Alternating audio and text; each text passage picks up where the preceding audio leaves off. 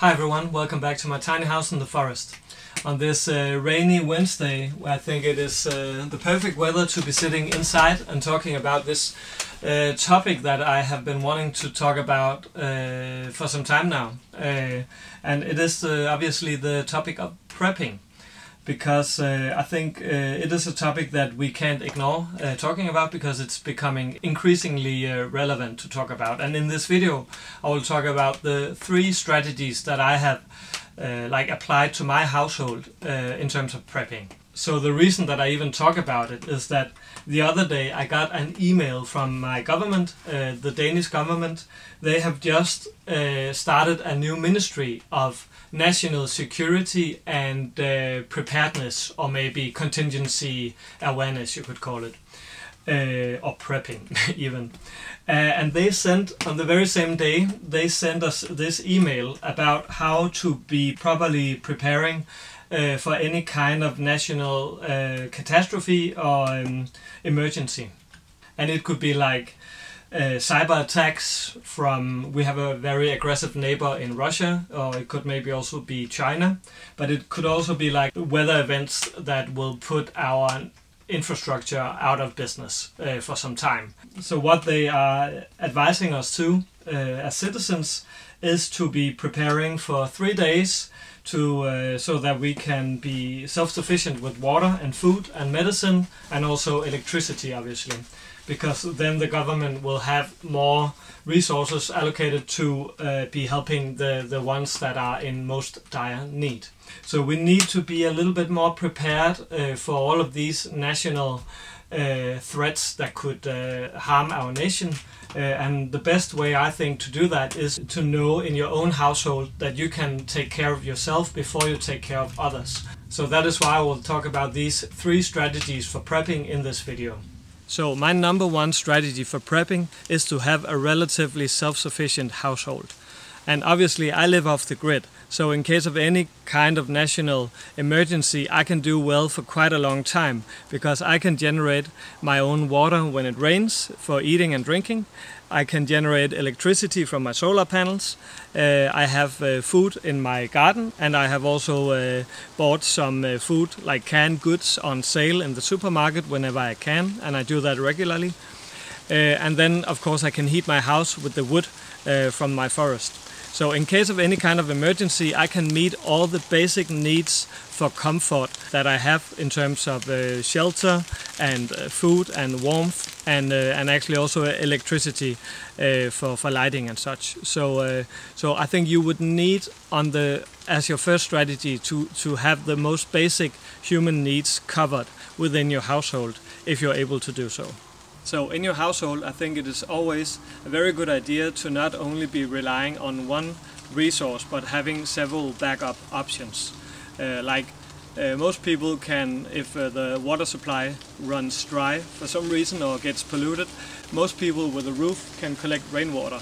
And you can always buy these carbon filters that you can filtrate water so you can drink it safely. And also in terms of power, it is pretty easy nowadays to get a solar panel like this that can charge like a power box from which you can draw a lot of extra backup power in your household. And you can also buy a generator like this that runs on fuel. So if I just put some fuel on this, I can take out 230 volts of power from this one. So I use this one for charging my batteries in the winter time if the sun doesn't shine for a day or 2. And then of course you can always buy an extra power bank or 2. Like this is 30,000 milliamps, and it will get you a long way in terms of charging cell phones, or maybe some battery lamps for lighting in your house.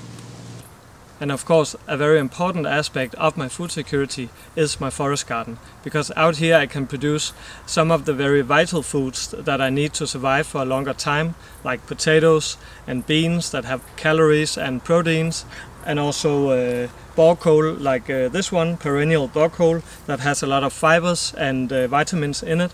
So these are essential foods that I can survive on for a very long time, because I have it in large amounts, and also they are easy to grow out here in my garden. Out here in my cold room I have most of the food that I store during the winter.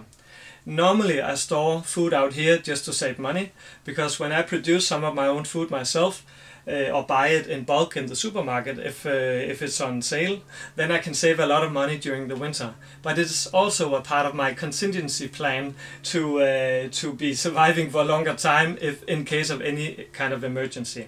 So out here right now I'm still bulking up, but I have like homemade jams, I have tomatoes, canned tomatoes, I have beans and plant-based milk that can last for a very long time.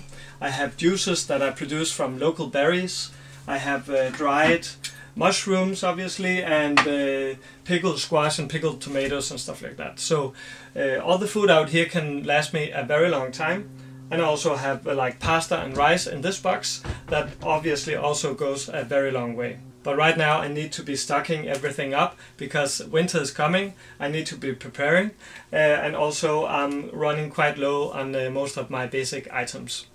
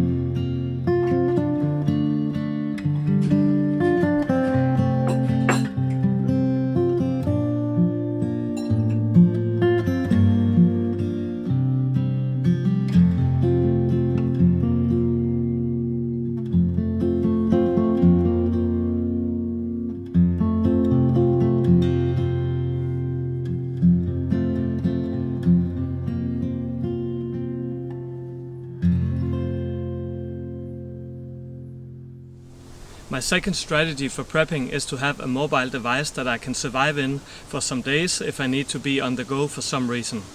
This, however, does not have to be in case of any kind of emergency. It can also just be when I'm out and about and doing presentations in the country and need somewhere where I can sleep and maybe get some food on the go.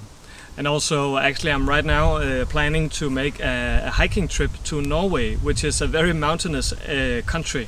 And in that regard, it can be very practical to have a mobile unit that is fully prepared and prepped for any given situation. So here I have many of the survival things that I always have in my car. Like this blanket, which is kind of like a security blanket because it's very thick and it's very long, so I can fully wrap myself into it.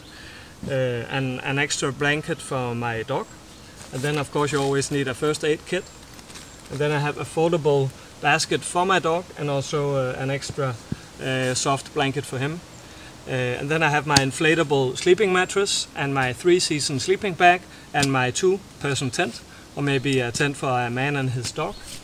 And then in this basket I have different things for survival, just basic stuff like a knife for splitting wood, and also if I catch a fish. And then I have this box with different dining stuff, like a chopping board and also a knife and a spoon and a small cup and such.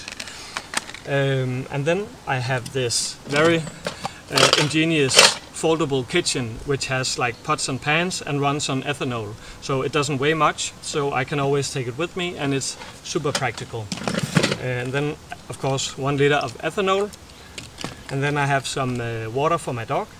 And also this solar charged lamp that can also be charged by a cable in the car. Then I have some rope and also some tape for repairing stuff. And this container for water. And over here I have a 10-liter gasoline tank, which is super practical when I go to Norway, because out in the mountains there can be a long way to the next town. So having the ability to fill up my tank, at least to some extent, could be a lifesaver. And then of course I have this generator that I also mentioned before. It runs on gasoline, and it delivers 600 watts of power, and it delivers both 12 volt and also 230 volt. So if my battery dies for some reason, maybe due to frost, then I can jump start the battery with these jumper cables. And I can also just get a regular 230 volt of power out of it if I need to. So it could also be like a lifesaver if I'm on the go, and especially up in the mountains. So, and here in the trunk of my car I have different tools for repairing the car if something happens when I'm on the go. So for instance I have the ability to change the tire, also pump extra air into the tire if it's flat. I can also repair a tire. I have extra breakers for the electricity system, and extra jumper cables and some oil, and just basic things like light bulbs and everything that I need to just make basic repairs on the car if I'm on the go. So, and this is what my car cabin looks like when everything is nicely tucked away and put into its place. So I have my box here with all the basic stuff, and then below this deck I have my tent and my sleeping mattress and sleeping bag and stuff like that. And this cabin can actually also be like a survival shelter, even though it's not too long. I can not totally stretch in here, but I can, like in case of any kind of weather emergency, I can take shelter in here with my dog, and we can survive being nice and comfortable and warm, and that is the most important thing. But obviously I would use my tent if I'm on the go, because then I would have a bit more space to sleep in. But it's nice to have this backup shelter where I know I can sleep warm and comfortably and dry together with my dog. I also wanted to show that I can of course charge different electronical devices in my car. So I have this thing that I can plug into my car battery, into the car plug here, and it gives me a reading on the battery levels, which is of course very nice to know if the battery is fully charged. And then of course I can take this USB cable and charge my cell phone or whatever. And then below the seat I actually have an extra power bank, which is always good backup to have. And then I have this quite ingenious inverter that changes the 12 volt into 230 volt. So if I'm on the go, I can charge a larger device like my computer, for instance, on 230 volt. And it is very practical for me, at least, when I'm out doing presentations around in the country, and then I know I have a fully charged computer when I arrive. Or if I have forgot to charge it at home, or maybe didn't have the opportunity because the batteries were low in the house because of rainy days or whatever. So it is just very practical for me to have this backup when I live the way that I do. I think one of the major things that I still need for my car prepping is maybe some dry food for backup, and also a carbon filtration system for water in case that I need to take water out from a stream somewhere here in Denmark. In Norway it is not a problem because the water coming down from the mountains is totally clean. But please let me know if I forgot anything, maybe I overlooked something, and I would love to know that if that is the case.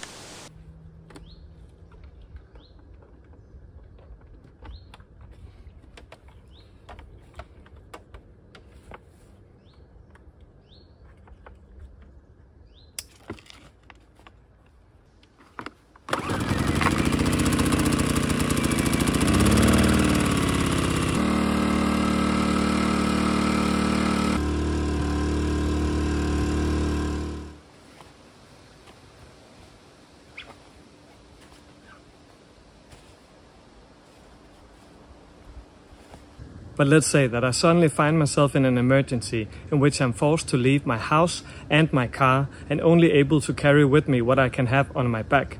In that case, I will need to activate my third strategy for survival and prepping, which is to have a bug-out bag. So a bug-out bag is basically a normal hiking rucksack that has a lot of different compartments so that you can access your things very easily and also have space enough to have all the basic necessities for you to survive when you're on the go for at least 2 to 3 days.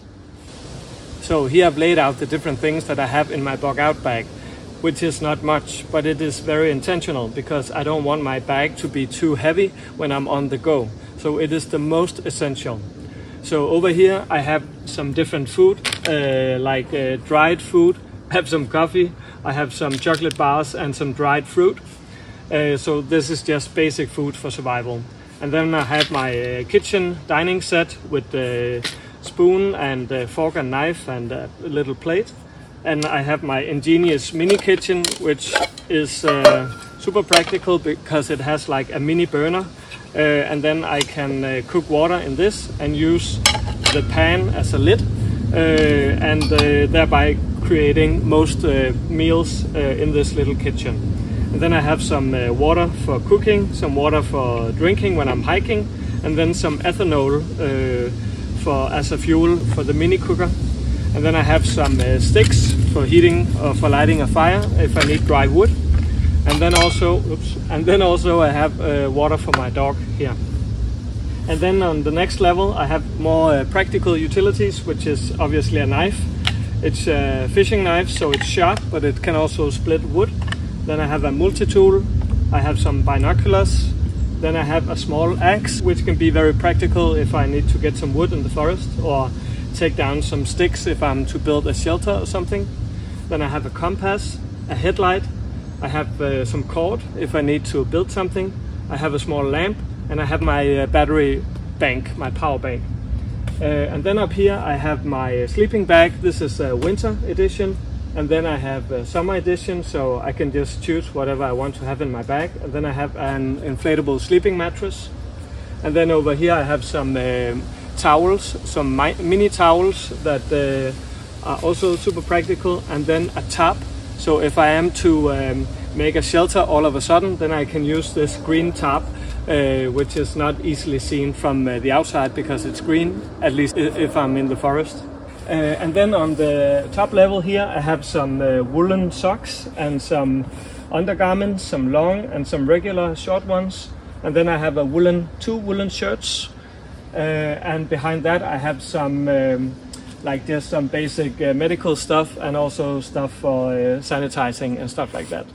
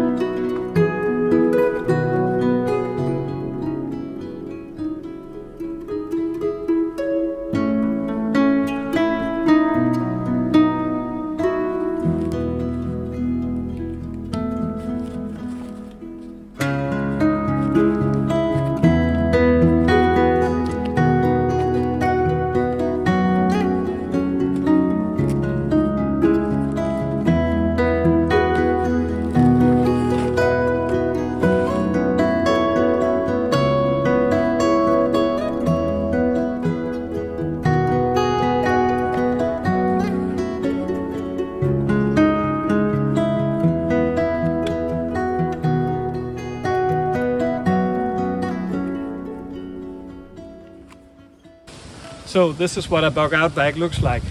And I don't think that it weighs much more than 10 kilos, but it is very intentional. And then also it's great if your bug out bag has this belt, because then you can take off some of the weight from your shoulders and place it into your hips so you can walk for a longer distance.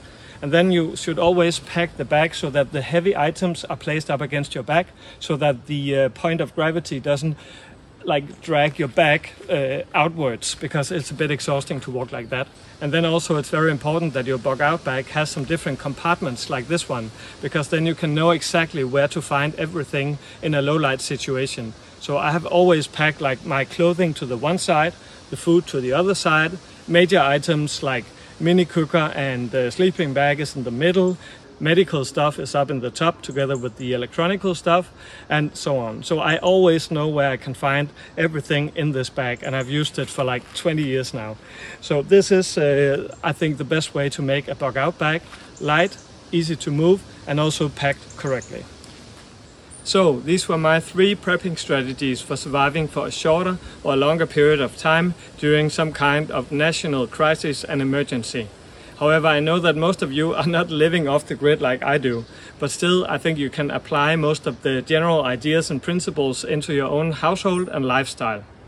But also I want to add that even though this video is about how I can survive as an individual, it's still very important to be a part of a community, because I think that strong communities and networks can be much more resilient towards change than atomized individuals that are only acting on their own.